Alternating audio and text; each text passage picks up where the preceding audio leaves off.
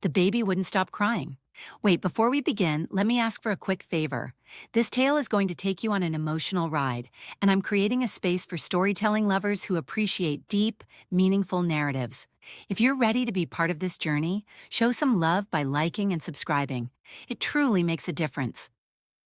Amina's hands trembled as she stood frozen in the corridor of Seoul's most exclusive private hospital, her cleaning cart forgotten behind her. It was 3 in the morning. She'd been awake for 19 hours. Her second shift was supposed to end at midnight, but Mrs. Park had called in sick, and Amina couldn't afford to say no to the overtime pay. Her mother's medication back home cost more every month. The crying grew louder, more desperate. It echoed off the pristine white walls like a siren cutting through her exhaustion. Where were the nurses? The corridor stretched empty in both directions, fluorescent lights humming their lonely song. Amina's feet ached in her worn shoes. Her uniform smelled of disinfectant and sweat. She should walk away. That's what the handbook said. Cleaning staff didn't interact with patients, especially not in the VIP wing, but the crying. God, the crying sounded like her nephew back home, the way he'd wailed when he had colic. Amina found herself moving toward the sound before her mind could stop her body. Room 1207. The door was slightly ajar. Inside, soft blue light glowed from medical equipment. She pushed the door open just enough to see inside. A tiny infant lay in an incubator, face red and scrunched, fists flailing. No nurses, no parents, just a baby who needed someone, anyone. "Where is your mother, little one?" Amina whispered, glancing behind her. The hallway remained empty. She stepped inside, her heart hammering.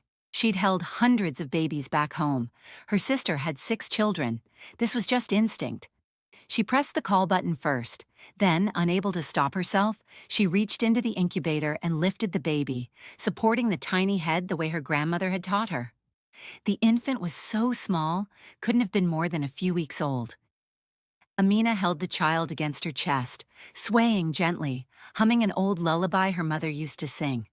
The crying softened, hiccuped, stopped. "There now," Amina murmured. "You're okay. Someone will come." The baby's eyes opened, dark and unfocused, searching her face. Something in Amina's chest cracked open.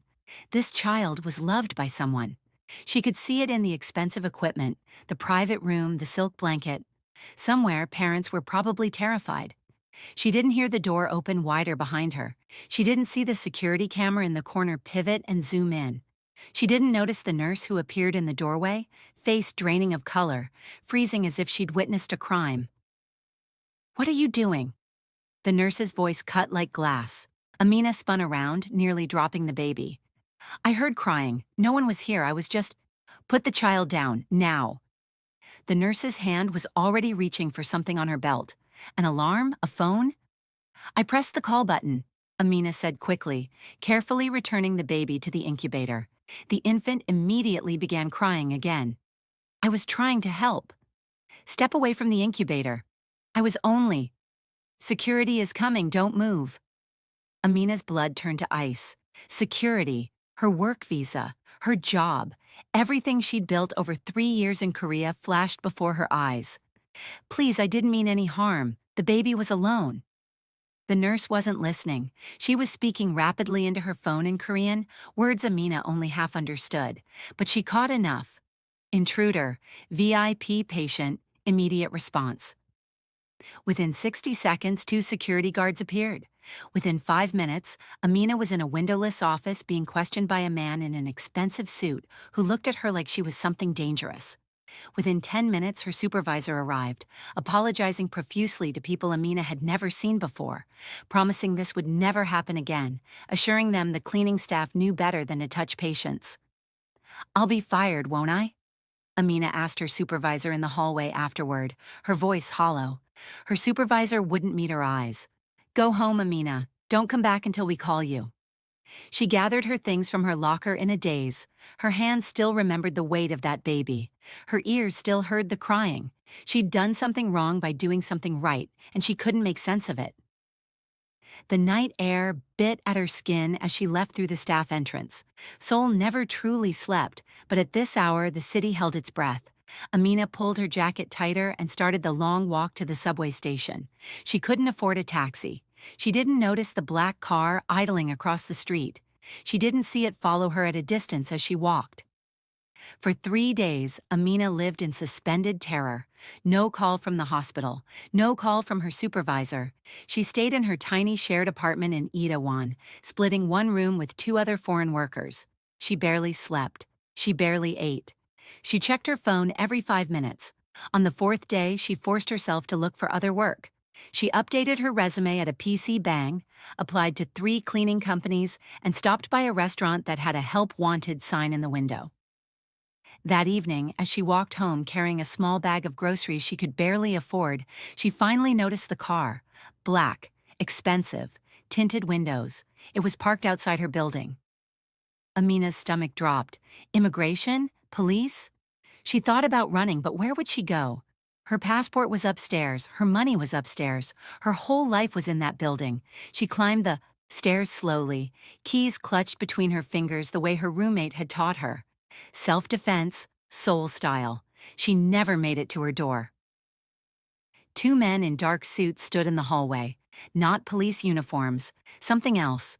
They were Korean, tall, expressionless. Amina Okafor? One of them said, pronouncing her name carefully. Her mouth went dry. Yes. You need to come with us. Why? What did I do? We're not here to hurt you. We're here to escort you. Escort me where? Somewhere safe. Nothing about this felt safe. Amina's fingers tightened around her keys. I want to call someone first. The man shook his head. Your phone stays here. You come now. It's not a request. The other man moved, blocking the stairwell. Amina's mind raced. Scream, who would help? Her roommates were at work. The grandmother downstairs spoke no English. If she fought, they were twice her size. Am I under arrest? She asked, hating how small her voice sounded. No, but you need to come with us. You have 5 seconds to decide if you walk or if we carry you. We prefer walking. Every survival instinct screamed at her to run, but her body wouldn't move. She thought of her family back home. If she disappeared, who would send money? Who would even know to look for her? Can I at least get my things? No time. We leave now. One of the men moved closer, not threatening but inevitable. Amina realized with creeping horror that she had no choice. These men weren't asking. They were informing. Please, she whispered. I didn't do anything wrong. We know. That's why you're coming with us. They escorted her down the stairs, one in front, one behind. Outside, the black car waited. The door opened. Leather interior, spotless. One of the men gestured for her to get in.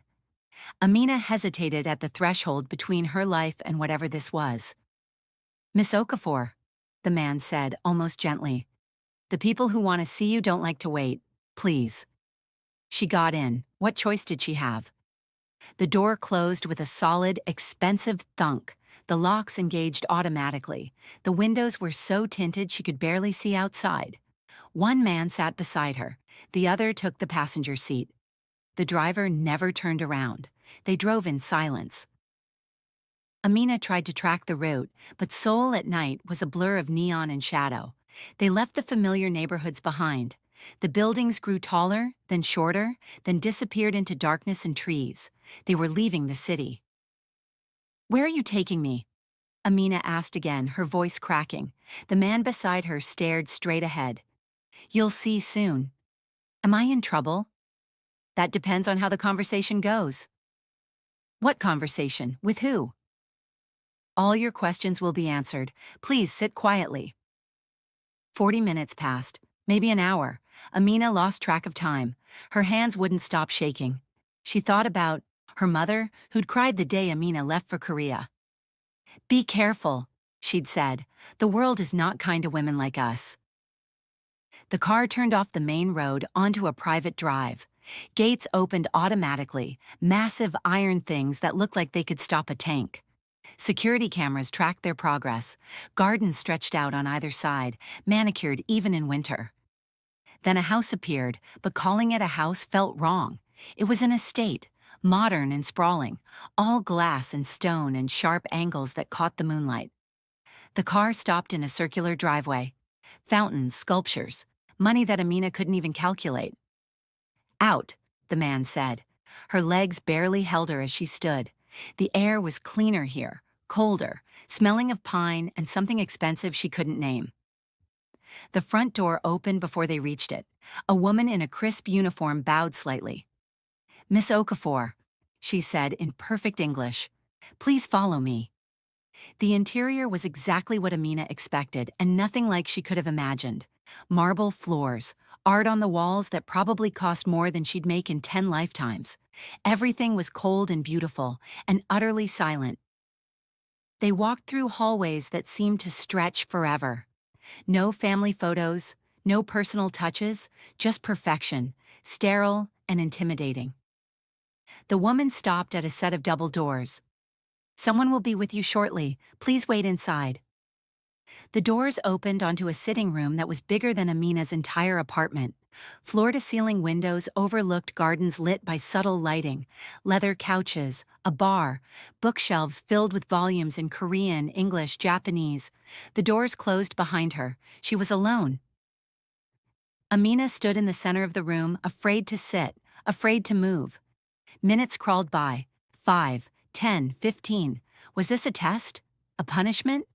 She wrapped her arms around herself and tried not to cry. When the doors finally opened again, she spun around. A man entered. Not large, but he didn't need to be. Everything about him suggested control. He was perhaps 50, dressed in a charcoal suit that probably cost more than her yearly salary. His hair was silver at the temples. His face was unremarkable except for his eyes, which were the darkest Amina had ever seen and completely unreadable. He studied her for a long moment. Amina felt like a specimen under glass. "Sit," he said finally, his English accented but clear. Amina sat. Her whole body was trembling now. The man walked to the bar, poured himself something amber from a crystal decanter, and then, surprisingly, poured a second glass and brought it to her. "Drink. You look like you need it." "I don't drink," Amina whispered. "Then don't, but hold it. Give your hand something to do." She took the glass. The weight of it anchored her slightly. The man sat across from her, not close, giving her space. He sipped his drink and continued to study her with those unreadable eyes. "Do you know who I am?" he asked. "No." "My name is Kang Ji-hoon. Does that mean anything to you?" Amina shook her head. "Should it?" "Good. That means you're telling the truth. You're not one of them." "One of who? I don't understand any of this. Why am I here?" Kang Ji-hoon set down his glass with precise care. "4 days ago, you did something extraordinary. You saved my son's life." The world tilted. "What?" "The baby you held in the hospital. That was my son, my only son, my heir." Amina's mind reeled. "But I didn't save him. He was just crying. I only held him for a moment." "That moment mattered. Do you want to know what happened before you arrived?" She nodded, unable to speak. Someone had tampered with his IV. Nothing dramatic. Nothing that would show up immediately. A slow poison, designed to look like natural causes. He was dying, Miss Okafor. His crying was his body shutting down. "Oh, God," Amina breathed. "When you picked him up, you disrupted the IV line. Just enough. The nurse came back, saw you, raised the alarm. My security team immediately ran checks. They found the tampering. If you hadn't been there, if you hadn't responded to his crying, my son would be dead by morning." The glass shook in Amina's hands. "I didn't know. I just heard a baby crying. I couldn't walk away." Most people would have. In fact, most people did. The regular nurse was bribed to leave her post. The backup nurse was delayed. The security guard on that floor took an unscheduled break. Everyone who was supposed to protect my son was removed from the equation. Everyone except you. Kang's voice remained steady, almost emotionless, but something flickered in his eyes. Something dangerous. "You weren't supposed to be there," he continued. "You were a random element. The people who tried to kill my son didn't account for a cleaning woman with a kind heart." Amina set the glass down before she dropped it. "Who would want to hurt a baby?" "People who want what I have. Power, money, territory. In my world, Miss Okafor, children are leverage. They're symbols. They're targets." "Your world," Amina repeated slowly. The expensive house, the security, the way everyone moved around this man like he was gravity. What world is that? Kang smiled, but it didn't reach his eyes. You're intelligent. I think you've already guessed. She had. She just didn't want to say it out loud. You're... I'm a businessman. Some of my business is legal. Some of it exists in the spaces between laws.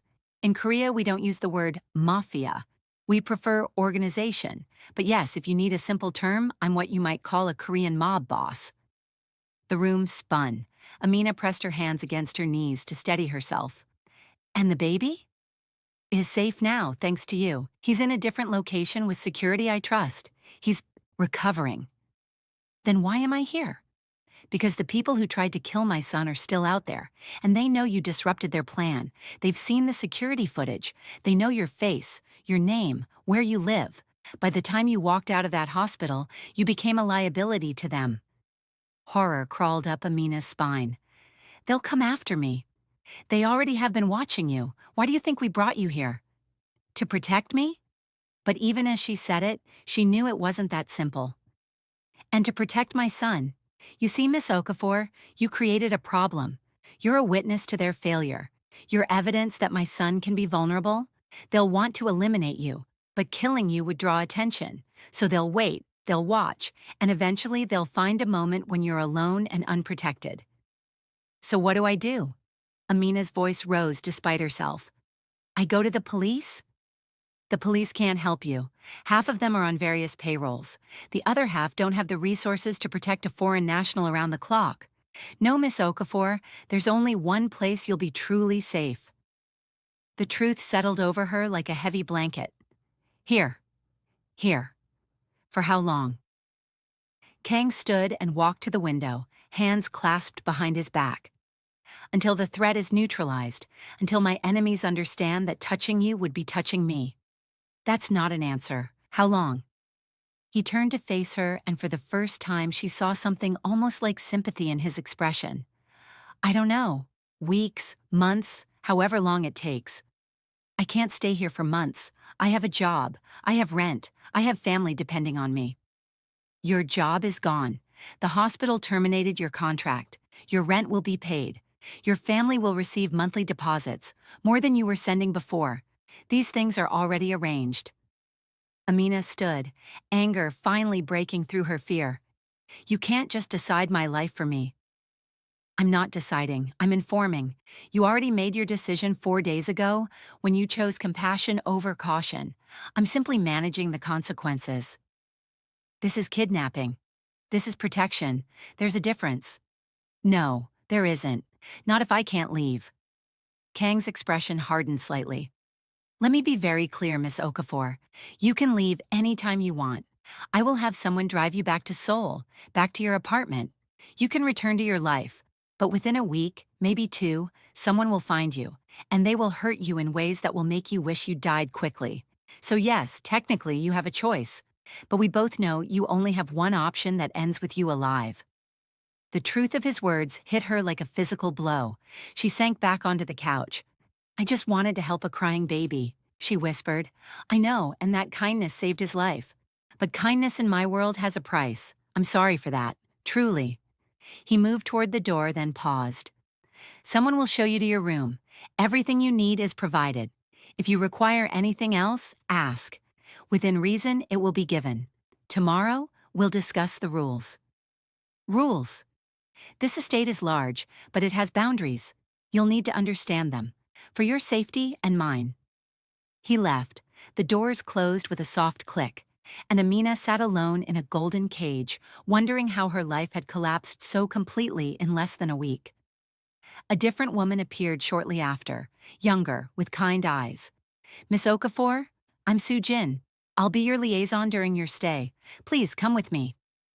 Amina followed numbly through more hallways, up a curved staircase, down another corridor. Soo-jin opened a door to a bedroom that was bigger than any place Amina had ever lived. King-sized bed, private bathroom, sitting area, windows overlooking the gardens. Your clothes are in the closet, Soo-jin said. We took the liberty of purchasing items based on your size. If anything doesn't fit, let me know. Breakfast is at 8. Someone will come for you. Wait, Amina said. How did you know my size? Sujin smiled gently. Mr. Kang is very thorough. Sleep well, Miss Okafor. Alone again, Amina moved to the closet. Inside hung clothes she would never have bought herself.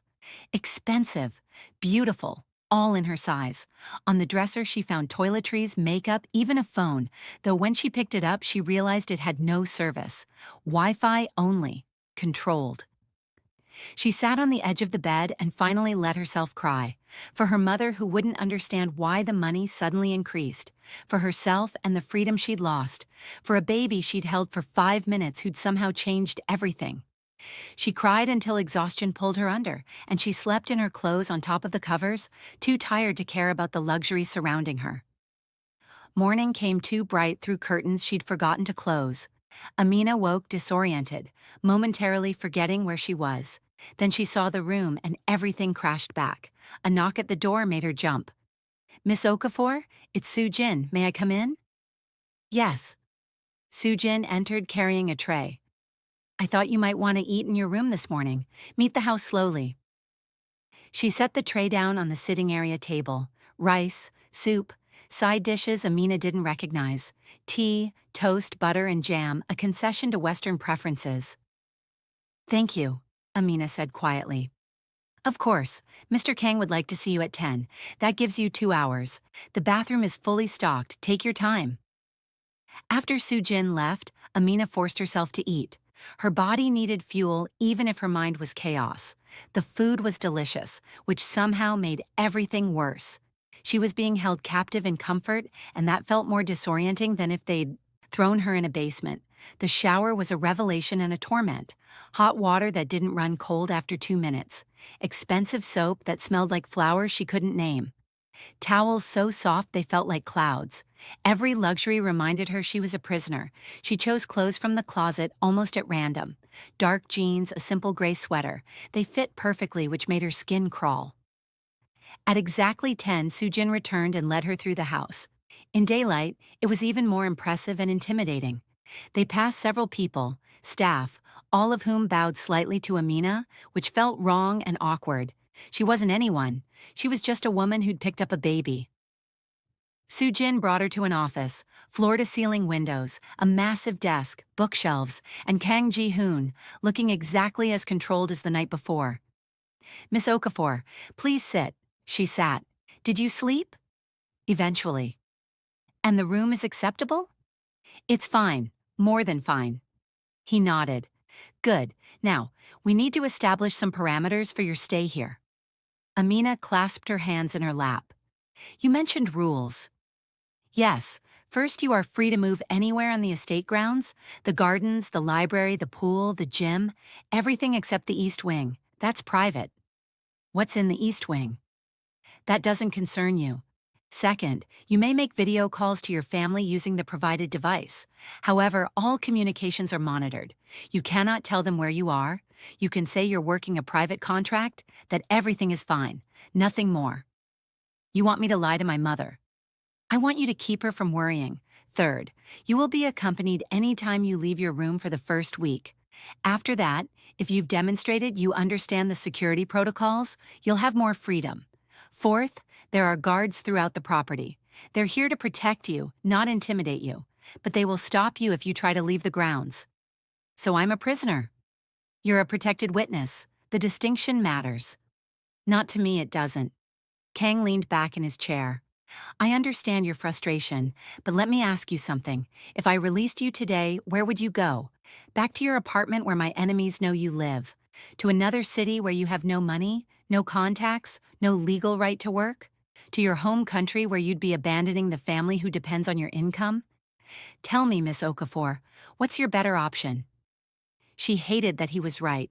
She hated that she had no answer. How's the baby? She asked instead. Something softened in Kang's expression, barely noticeable. He's well, growing stronger. The doctors say there will be no permanent damage. That's good. Thanks to you. I keep hearing that, but I didn't do anything special. Any decent person would have done the same. That's Or you're wrong. Most people, when faced with a choice between following rules and following conscience, choose rules. You chose conscience. That makes you either very foolish or very brave. I haven't decided which. Does it matter? To me? Yes, because I need to understand who you are, what motivates you, whether I can trust you. Trust me? Amina almost laughed. You're the one holding me here. And you're the one who had access to my son when he was at his most vulnerable. You could have finished what the assassin started. You didn't. So yes, I'm trying to decide if I can trust you. The weight of that statement settled over the room. This man, this dangerous man, was actually concerned about trust. I would never hurt a child, Amina said firmly. Never. I don't care whose child it is. Kang studied her for a long moment. Then he nodded. I believe you, which is why you're here and not somewhere else. What does that mean? It means that some of my advisors suggested more permanent solutions to the problem you represent. I chose protection over elimination. Don't make me regret that choice. Ice ran through Amina's veins. You thought about killing me? I thought about all options, I always do, but I don't kill innocent people if I can avoid it. It's bad business and worse karma. How reassuring. It should be. It means I respect what you did. Now, do you have questions? Amina had 1,000 questions. She settled on the most immediate. How long are you going to keep me here? Until I find the people who targeted my son and neutralize them. And how long will that take? Weeks, maybe months. These things don't resolve quickly. And if it takes years, it won't. But if it does? Kang's jaw tightened. Then we'll reevaluate, but it won't take years. I'm very motivated to resolve this quickly. Because you want your son safe. And because holding you here indefinitely serves neither of us. You want your freedom. I want my enemies eliminated. Our interests align. Then let me help. That surprised him. Help how? I don't know, but sitting in that room waiting, not knowing what's happening, that's torture. Give me something to do. Let me be useful. Kang considered this. What are your skills? I clean. I care for people. I speak English, French, and some Arabic. I'm good with children. Something flickered across his face at that last part. My son is not here. He's in a secure location. I know. I'm just saying, if you need someone to care for him when he returns, I can do that. You'd be willing to care for the child you saved? Knowing what it would mean? Knowing you'd be even more tied to my world? Amina met his eyes. That baby did nothing wrong. He deserves someone who'll protect him. I can do that, and honestly, if I'm going to be stuck here, I'd rather be doing something meaningful than just existing in a golden cage. You realize that if you take that role, leaving becomes even more complicated. You'd know my son's routines, his security, his vulnerabilities. I couldn't let you walk away with that information. Then maybe I don't walk away. Maybe I stay until he's old enough to not need me. Give me a purpose, Mr. Kang, that's all I'm asking. He stood and walked to the window. Silent for so long, Amina thought the conversation was over. When he finally spoke, his voice was quieter. My wife died giving birth to him. I wasn't there. I was handling business, and by the time I arrived at the hospital, she was gone and he was in an incubator, fighting to live. I held him once before the assassination attempt. Once. The doctors wouldn't let me stay. Too much risk, they said.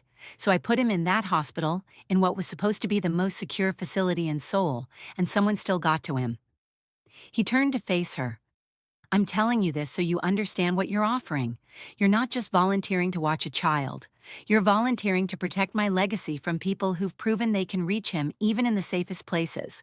You're volunteering to be a target by proximity. Are you sure that's what you want? Amina thought of her sister's children, her nephew's gap-toothed smile, the way her nieces would climb all over her during video calls, begging for stories. She thought of that baby crying in the hospital, so small and helpless. Yes, she said, I'm sure. Kang regarded her with something that might have been respect. You're either the bravest woman I've ever met or the most foolish. Time will tell which. Very well, Miss Okafor. When my son returns, he'll be in your care. Until then, you'll be trained. Trained in what? Security protocols? Self-defense? How to recognize threats? How to move through this house safely? how to communicate with my team. If you're going to protect my son, you need to know how to protect yourself first. When do we start? Tomorrow morning, 6 a.m. A guard named Han will be your instructor. He's former military, don't expect him to be gentle. I've worked 3 jobs at once. I can handle early mornings and tough teachers. We'll see. For now, Sujin will show you the grounds. Get familiar with where you're allowed to be. Dinner is at 7. You'll eat with me. Why? Because if you're going to be part of my son's life, I need to know who you are. Consider it an extended interview. Amina stood. Mr. Kang? Thank you. For what? For not treating me like a prisoner, for giving me a choice, even if it's a limited one. Don't thank me yet, Miss Okafor. You might come to regret this decision. Maybe, but at least it's my decision. The next 3 weeks, blurred together in a strange rhythm of luxury and constraint. Amina's days began at 6 with Han, a stone-faced man in his 40s who spoke only in commands and corrections. He taught her how to fall without breaking bones, how to strike effectively despite her size, how to read a room for exits and threats. Her muscles screamed, her body bruised, but she learned. After training came breakfast, then language lessons. Kang insisted she learn Korean beyond the basic phrases she already knew. A tutor named Minji came every morning, patient but thorough. Amina discovered she was good at languages, and learning gave her a sense of progress. Afternoons, she explored the grounds under Sujin's guidance initially, then alone once she'd proven she understood the boundaries. The estate was massive, gardens that changed with the light, a library that smelled of old paper and leather, a pool she never used because it felt too exposed, and everywhere, guards who nodded at her but never spoke. Evenings, she dined with Kang Ji-hoon. Those dinners were the strangest part of her new existence. They sat at opposite ends of a long table, expensive food between them, and talked. At first, the conversations were stilted, formal. He asked about her family, her life before Korea, her dreams. She answered carefully, aware that every word was being evaluated. But slowly, something shifted. She learned that he'd built his organization from almost nothing after his father's death, that he preferred books to most people, that he'd loved his wife desperately, and her death had hollowed something inside him. He learned that Amina had wanted to be a teacher but couldn't afford university, that she sent money home to support her mother's medical treatments and her sister's children, that she loved Seoul despite its harshness, the way the city transformed at night into something almost magical. "You're not what I expected," Kang said one evening during the 3rd week. "What did you expect?" "Someone more bitter, more resentful. You should hate me for keeping you here." "Maybe I should, but I'm too tired to hate anyone. And honestly, Mr. Kang, this is the first time in 3 years I've had 3 meals a day and slept more than 6 hours a night.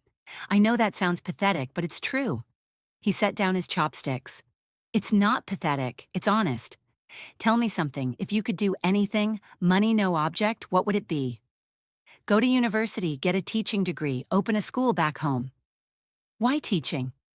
"Because education is everything, it's freedom, it's power. It's the one thing no one can take from you once you have it.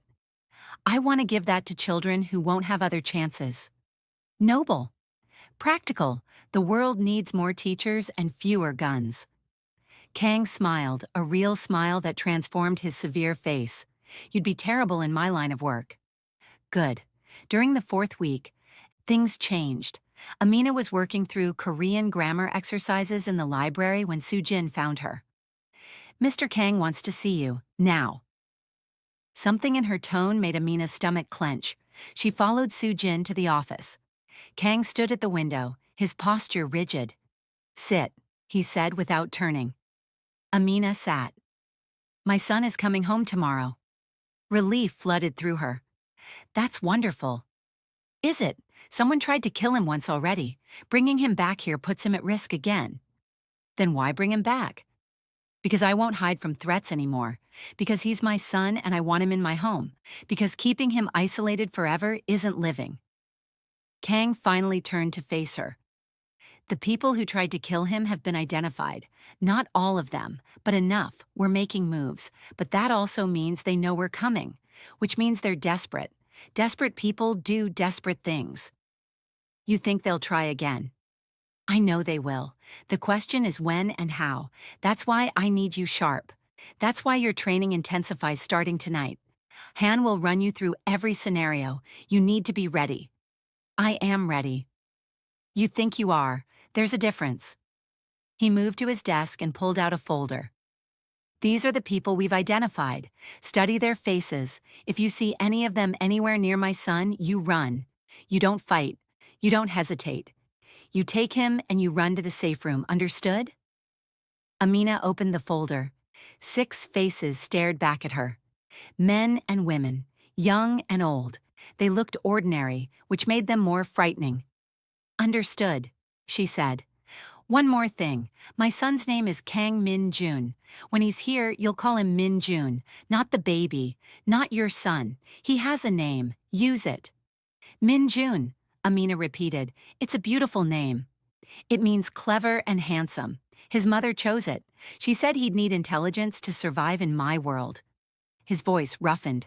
She was right about that. That night, Han worked Amina until she could barely stand. Scenarios played out in rapid succession. Someone breaks through the door. What do? You hear gunshots downstairs. Where do you go? Minjun is in your arms and 3 men approach. How do you respond? Her body moved on instinct and training. Grab the baby. Check the exits. Move to the safe room. Lock the door. Hit the panic button. Protect the child above all else. By the time Han dismissed her at midnight, Amina's hands were shaking from exhaustion and adrenaline. You did well, Han said, which was the closest thing to praise she'd ever heard from him. But remember, in a real situation, your body will flood with fear. Your training has to be deeper than thought. It has to be reflex. I understand. I hope so, because if something happens, that child's life depends on you. No pressure. Almost smiled. Get some sleep. Tomorrow changes everything. Amina couldn't sleep. She lay in bed replaying every scenario, every move, every possible threat. When exhaustion finally pulled her under around 3 a.m., she dreamed of crying babies and men in shadows and doors that wouldn't lock. She woke to sunlight and the sound of vehicles outside. Her window overlooked the front drive. 3 black cars had arrived. Guards moved with purpose, creating perimeters, checking sight lines. And then a woman emerged from the middle car carrying a bundle wrapped in a blue blanket. Minjun was home. Amina dressed quickly and practically. Jeans, soft sweater, hair pulled back. She was halfway to the door when Soo-jin appeared. Mr. Kang wants you in the nursery, 4th floor, west wing. I'll show you. The nursery was a revelation. Soft colors, natural light, every safety feature imaginable, and some Amina had never seen. Monitors, sensors, panic buttons disguised as decorative elements, and in the center, a crib that looked like something from a fairy tale. Kang stood next to it, looking down at the sleeping infant inside. He looked different, more human, more vulnerable. Miss Okafor, he said without looking up, come meet my son properly. Amina approached slowly. Minjun had grown in the months since she'd held him. His face had filled out. His hair had darkened. He was perfect and peaceful, completely unaware of the danger that had already touched his young life. He's beautiful, Amina whispered. He is. Kang's voice was thick. He looks like his mother. Tell me about her. Why? Because if I'm going to care for her son, I should know who she was, what she valued, what she'd want for him. Kang was quiet for a long moment. Her name was Yoon Ji-woo. She was a pianist, brilliant. We met at a concert.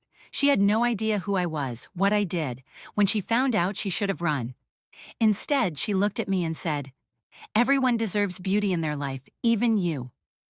She was the only person who ever saw past what I am to who I could be. She sounds remarkable. She was, and I got her killed by loving her, by making her part of my world. You didn't kill her. Childbirth complications happen. She was stressed throughout the pregnancy, constantly worried about threats. The doctor said stress could have contributed to what happened. So yes, Miss Okafor, I killed her, slowly through association. Amina reached out and did something she never thought she'd do. She touched Kang Ji-hoon's arm. Then honor her by keeping her son safe, by letting him know beauty exists, by being the man she saw in you. He looked at her hand on his arm, then at her face. Something passed between them. Understanding, maybe. Or mutual grief. He didn't pull away. Will you play music for him? Kang asked suddenly. I can't play piano. But you sing. I've heard you. Humming during training. Sing for him. Let him grow up with music, for her. I will, I promise. Min-jun stirred, making a small sound. Both adults froze, watching. The baby's eyes opened, unfocused and searching. Then he started to cry, that same desperate sound Amina remembered from the hospital. May I? She asked. Kang stepped back. He's yours to care for now. Amina lifted Min-jun carefully, supporting his head, drawing him against her chest. She swayed gently, humming the same lullaby she'd used before. The crying softened, hiccuped, and stopped. Min-jun's dark eyes found her face and held. Hello, little one, Amina murmured. Remember me? I'm going to keep you safe, I promise. Behind her, Kang watched with an expression Amina couldn't see. Relief mixed with something else. Trust, maybe, or hope. The first week with Min-jun established a routine. Amina discovered that babies operated on their own mysterious schedules that had nothing to do with clocks or convenience. She fed him, changed him, rocked him through fussy periods, and watched him sleep like he was the most fascinating creature on earth. Kang visited 3 times a day, morning before he started work, afternoon when he took breaks, evening before Amina put Min-jun down for the night. He was awkward with his son at first, uncertain how to hold such a small person. Amina taught him. Support his head like this. Don't be afraid, you won't break him. Talk to him. He likes hearing your voice. What do I say? Anything. Tell him about your day, your thoughts. He doesn't understand words yet, but he understands tone. Let him know you're here.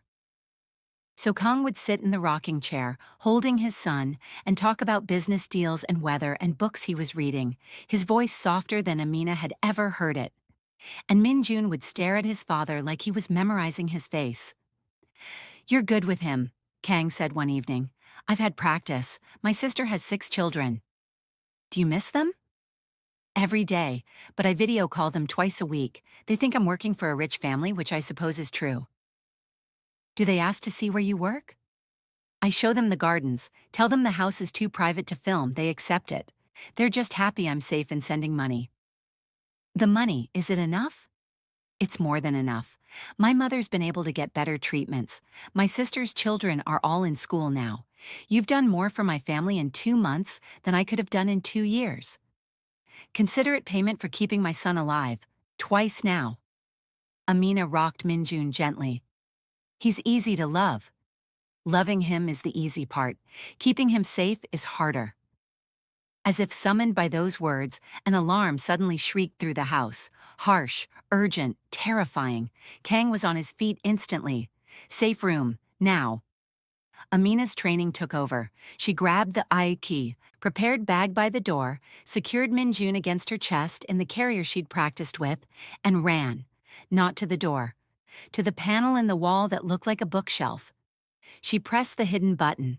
The panel slid open, revealing a reinforced door. She punched in the code Han had made her memorize. The door opened. She slipped inside, locked it. The safe room was small but equipped. Water, food, medical supplies, communications equipment, a crib, reinforced walls that could withstand explosives. Min-jun started crying, startled by the sudden movement and noise. Amina held him close, forcing her voice to stay calm. It's okay, little one. We're safe. You're safe. I've got you. Minutes passed like hours. She checked the monitor showing outside the safe room. Guards running, weapons drawn, Kang barking orders into a phone, but no attackers visible. The internal phone in the safe room rang. Amina grabbed it. Miss Okafor, it's Han. You did well. False alarm. Faulty sensor. You can come out. Are you sure? Mr. Kang is personally clearing the house. It's safe. She waited 5 more minutes anyway, letting her heart rate settle, making sure Min-jun was calm. When she finally emerged, Kang was standing outside the safe room. 14 seconds, he said. From alarm to safe room, that's good. It's a drill, Amina said, understanding. It's a test. I needed to know you'd react correctly under pressure. You did. You scared me to death. Good. Fear keeps you sharp. Complacency gets people killed. Amina wanted to be angry, but she understood. In Kang's world, there were no second chances. Next time, warn me. There won't be a next time. When the real alarm comes, there won't be warnings. There'll just be seconds between safety and disaster. Now you know you can act in those seconds. He reached out and touched Minjun's head gently. My son is in good hands. The real attack came 3 weeks later. Amina was feeding Minjun in the nursery, afternoon sunlight streaming through the windows. Everything was peaceful, normal, the kind of moment that makes you forget danger exists. Then she heard it. Not an alarm, something worse. Silence. The house was never silent. There were always sounds, guards moving, staff working, distant voices, but suddenly nothing. Like the world had taken a breath and held it. Amina's training screamed at her. She set down the bottle, secured Minjun in the carrier, and moved toward the safe room. Not running yet, not panicking, just moving with purpose. She was 5 feet from the panel when the door to the nursery exploded inward. A man stood in the doorway, young, intense, holding a gun. His face wasn't in the folder Kang had shown her, but his intent was clear. Amina didn't think. She threw herself sideways behind the heavy dresser, pressing Minjun against her, covering his body with hers. The first shot went wide, splintering wood above her head. "Give me the child," the man said in accented English. "No one has to die." "No." Amina's voice surprised her with its steadiness. "You're not his mother. You're just hired help. This isn't your fight." "You're wrong." Another shot, closer. Minjun was screaming now, terrified. Amina's hand found the panic button in her pocket. She pressed it. Somewhere, alarms were screaming. Help was coming. She just had to survive until it arrived. The man moved closer, trying to get an angle on her. Amina remembered Han's training. If they get close, use their proximity against them. Wait for the moment. Be ready. The man rounded the dresser. Amina saw her moment. She grabbed the heavy crystal vase on the dresser and threw it directly at his face. He flinched, gun wavering. She rushed him, all her weight and momentum driving her shoulder into his stomach. Han's voice in her head. "Go for the solar plexus. Make them breathe." They crashed into the wall. The gun went off again, deafening in the enclosed space. Pain seared across Amina's shoulder. Shot or grazed, she couldn't tell. Didn't matter. She grabbed the man's wrist with both hands, slamming it against the wall until the gun fell. But he was stronger. He threw her off, and she hit the ground hard, Minjun's weight crushing her. The man scrambled for the gun. The door burst open again. Han came through like a force of nature, followed by 3 other guards. The fight was over in seconds. The man was on the ground, disarmed, bleeding from where Han had struck him. "Amina," Kang's voice. He appeared in the doorway, face white. "Are you hurt?" "I don't know. Maybe. Check Minjun first." Kang rushed over and lifted his son from the carrier. Minjun was screaming but appeared unharmed. Kang's hand shook as he examined his child. Han crouched next to Amina. "You're bleeding, left shoulder." Amina looked down. Her sweater was torn and soaked with blood. Funny it didn't hurt much. Shock, probably. "Grazed," she said. "Not deep." "Deep enough. You need a doctor." "Minjun first." "Minjun is fine," Kang said, his voice breaking. "You're the one who's hurt. You threw yourself between a gun and my son." "That's my job." "Your job is caring for him, not taking bullets for him." Same thing. Medical staff arrived. They treated Amina's wound while she sat on the floor, refusing to move until they'd thoroughly checked Minjun. The bullet had grazed her shoulder, deep enough to scar, but nothing permanent.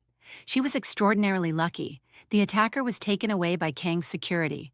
Amina didn't ask what would happen to him. She didn't want to know. That night, after Minjun finally settled into exhausted sleep, after her shoulder was properly bandaged and she'd been cleared to continue working, Kang came to her room. He didn't knock, just opened the door and stood there. "I'm sorry," he said. "For what?" "For underestimating what it would cost you to be here, for putting you in danger." "You didn't put me in danger. I chose this, and I'd do it again." "Why? He's not your child." You could have run when the shooting started. You could have saved yourself. Amina thought about that. Because he's innocent. Because he deserves someone who'll protect him. Because the world is cruel enough without adding to it. Take your pick. Kang moved further into the room. In the low light, he looked older, more tired. After my wife died, I told myself I wouldn't let anyone else get close. Too dangerous, too much risk. But you keep proving that some people are worth the risk. Minjun's worth it. I'm starting to realize I wasn't just talking about my son. Something in the air shifted. Amina stood slowly, favoring her injured shoulder. Mr. Kang, Ji-hoon, if you're going to risk your life for my family, you can call me by my name. Ji-hoon, she said carefully. What are you saying? I'm saying thank you, inadequately, insufficiently, but thank you. He closed the distance between them and did something unexpected. He hugged her, carefully avoiding her injured shoulder, just a brief moment of contact. Then he stepped back. Rest. You've earned it. He was gone before she could respond. The weeks that followed were different. The attack had changed something fundamental in the house. Security increased. Amina never went anywhere without at least one guard nearby, but there was also a new understanding between her and Kang. He started joining her for Minjun's bedtime routine. They'd sit together in the nursery, Kang in the rocking chair with his son, Amina singing softly. She taught him the lullabies her grandmother had taught her. He shared stories from Korean folklore, and Minjun would drift off to sleep listening to two people who loved him in different ways. He smiled today, Amina reported one evening. A real smile, not gas. He was looking at the mobile, and he just smiled. I'm sorry I missed it. There'll be more. He's starting to recognize faces. When you come in the room, he watches you. Does he know I'm his father? He knows you're someone important, someone safe. That's all he needs to know right now. Kang was quiet for a moment. Do you ever regret it, picking him up that first time? Sometimes, when my shoulder hurts, when I wake up from nightmares about that man with the gun, when I think about everything I've lost. And the rest of the time? She looked at Minjun, now 3 months old, growing so fast. The rest of the time, I think I'm exactly where I'm supposed to be. 2 months after the attack, Kang called Amina to his office. She went with trepidation. These meetings were never casual. We found them, he said without preamble. The organization behind the attempts on Minjun, they've been neutralized. Neutralized, Amina repeated. That's a gentle word for something that probably wasn't gentle. No, it wasn't, but it's done. The threat is over. Relief flooded through her, followed immediately by confusion. So what happens now? That's what I wanted to discuss with you. Kang stood and moved to the window, his customary thinking position. You're free to leave. I'll set you up with a new identity if you want. New city, new country, enough money to start over. Or if you want to return to your previous life, we can arrange that too, though I'd recommend against it. Or you can stay, not as a prisoner or protected witness, but as Minjun's full-time caretaker, as part of this household, as someone I trust. He turned to face her. As family. The word hung in the air like a question and an offer. Family, Amina said slowly. I know it's not what you planned for your life. I know this world is dangerous and strange, but Minjun loves you, and He paused, seeming to choose words carefully. I would miss you if you left. Both of us would. Amina walked to the window and looked out at the gardens. Spring was coming. She could see early flowers beginning to bloom. 6 months ago, she'd been cleaning hospitals and living in a shared room and sending every spare one back home. Now she was standing in a mansion, being offered a place in a crime lord's household, caring for a baby who'd somehow become the center of her world. Can I ask for something? She said. Anything. I want to finish my education, online courses, university degree. I want to become a teacher like I always planned. Done. I'll arrange everything. And I want to visit my family, once a year. With security I understand, but I need to see them. Agreed. And I want Minjun to grow up knowing he has choices, that he doesn't have to follow in your footsteps, that he can be anything. Kang was quiet for a long moment. That's a harder request. But yes, I promise I won't force him into this life. He'll choose his own path. Then I'll stay. Relief crossed Kang's face so clearly that Amina realized how much her answer had mattered. You're sure? I'm sure, but Ji-hoon, I need you to understand something. I'm not staying just for Min-jun. I'm staying because somewhere in these past months, this strange, dangerous place became home. You became important. Both of you. I'm not an easy man to care about. No, you're not, but here we are anyway. He crossed the room and took her hands. I can't promise you a normal life. I can't promise complete safety, but I can promise that you'll be valued here, protected, cared for. That's enough. They stood there, hands clasped, the city sprawling below them, a child sleeping upstairs, and a future that neither of them had planned taking shape around them. The months turned into a year. Amina celebrated her 30th birthday with a cake Min-jun attempted to eat with his hands, getting more on himself than in his mouth. Kang gave her a first edition of a book she'd mentioned loving months earlier. She gave him a painting Min-jun had helped create with finger paints. It's terrible, Kang said, but he hung it in his office anyway. She enrolled in online courses through a university program Kang arranged.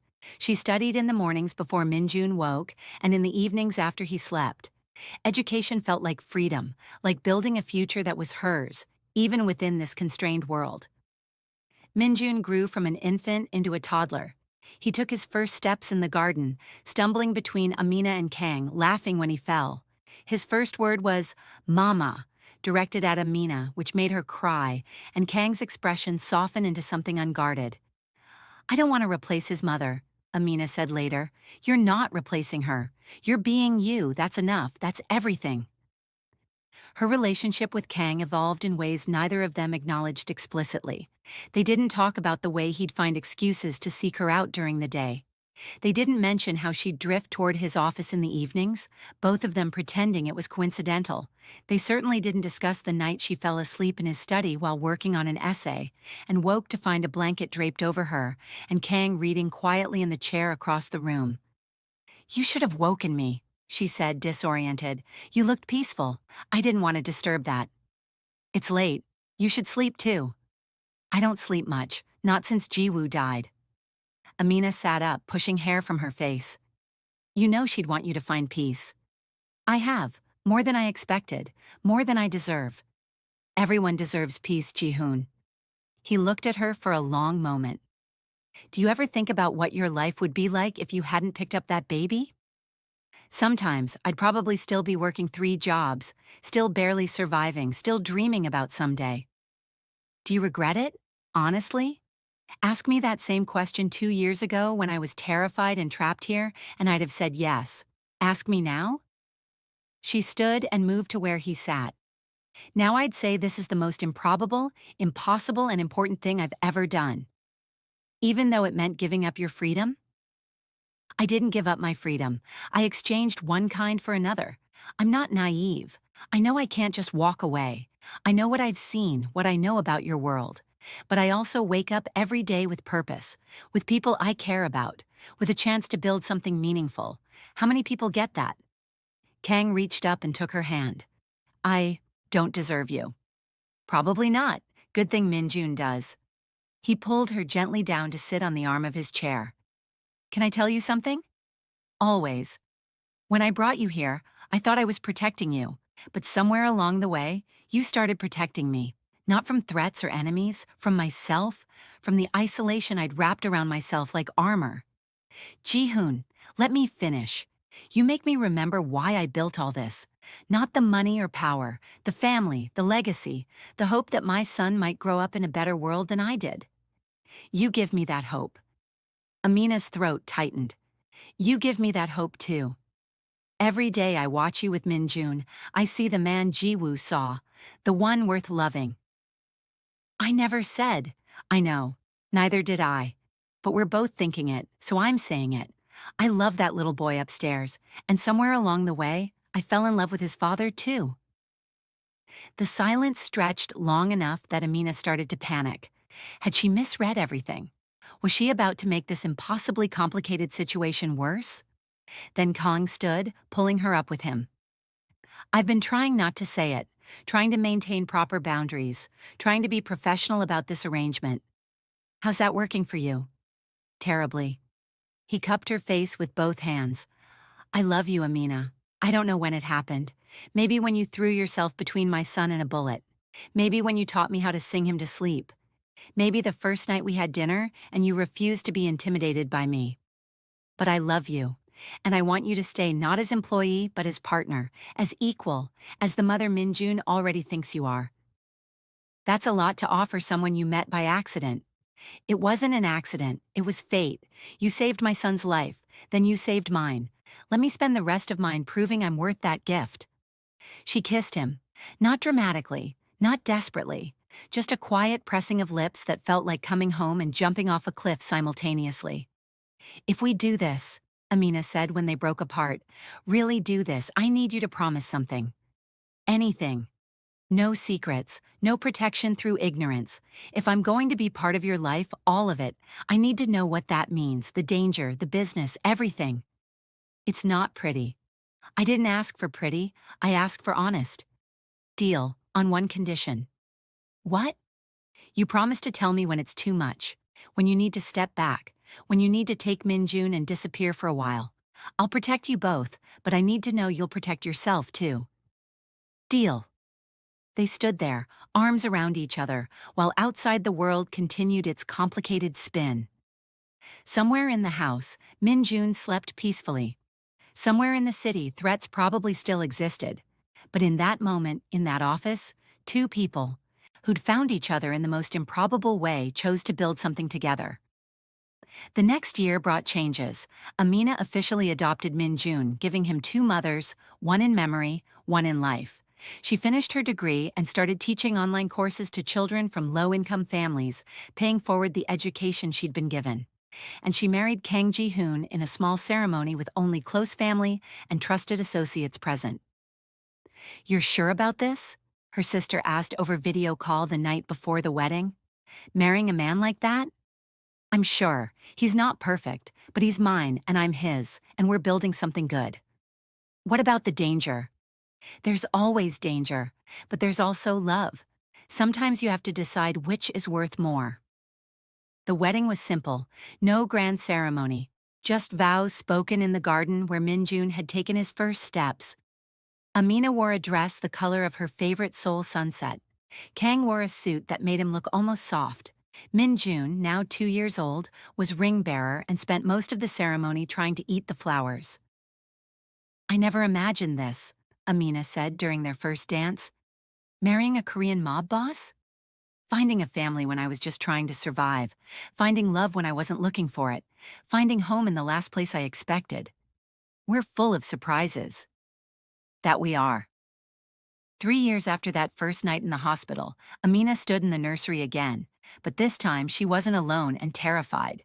She was watching Minjun play with building blocks, constructing elaborate towers that he'd knocked down with glee. Kang stood beside her, his arm around her waist. He's going to be trouble, Kang said with paternal pride. He's definitely going to be something. Smart like his mother, stubborn like his father. Poor kid never had a chance. Minjun looked up, his face breaking into a smile that lit the room. Mama, Papa, look! He'd built a tower taller than any before. They applauded enthusiastically. He beamed and immediately knocked it down. Again, he demanded. Again, Amina agreed, moving to sit beside him on the floor. Kang joined them, his expensive suit getting covered in dust from the blocks. Together, they built towers and knocked them down and built them again. A family formed from chaos and choice and a moment of compassion that had changed everything. That evening, after Minjun was asleep, after the guards had done their rounds, after the house had settled into its particular kind of peace, Amina stood at the window of her bedroom and looked out at Seoul's lights. She thought about the woman she'd been 3 years ago, exhausted, scared, surviving. She thought about the choice she'd made to pick up a crying baby. She thought about every moment since that had led her here. Kang came up behind her, wrapping his arms around her waist. What are you thinking about? How one tired moment of kindness tied my fate to yours. How your refusal to let me leave became my refusal to go. how being trapped became being chosen. Any regrets? She turned in his arms to face him. Not a single one. You? Only that I didn't find you sooner. We found each other when we needed to. That's all that matters. They stood there, two people who'd found family in the most unlikely way, building a life in the spaces between danger and devotion. Because sometimes the wrong choice turns out to be exactly right. Sometimes helping the wrong baby leads you to the right family. Sometimes a Korean mafia boss's refusal to let you leave becomes your decision to stay. And sometimes, love finds you when you're least expecting it, in the most impossible circumstances, with the most unlikely person. Amina had picked up a crying baby in a hospital corridor 3 years ago. That single act of compassion had cost her everything she'd planned and given her everything she'd never known she needed. She wouldn't change a single moment. If you've made it this far, thank you for investing your time in Amina and Minjun's story. If this touched your heart, hit that subscribe button, leave a comment telling me what moment resonated with you most, and give this video a thumbs up so more people can find stories like this. Your support means everything and helps me continue bringing you emotional, powerful narratives. What would you have done in Amina's position? Let me know in the comments below. Until next time, remember that sometimes our biggest fears lead us to our greatest blessings.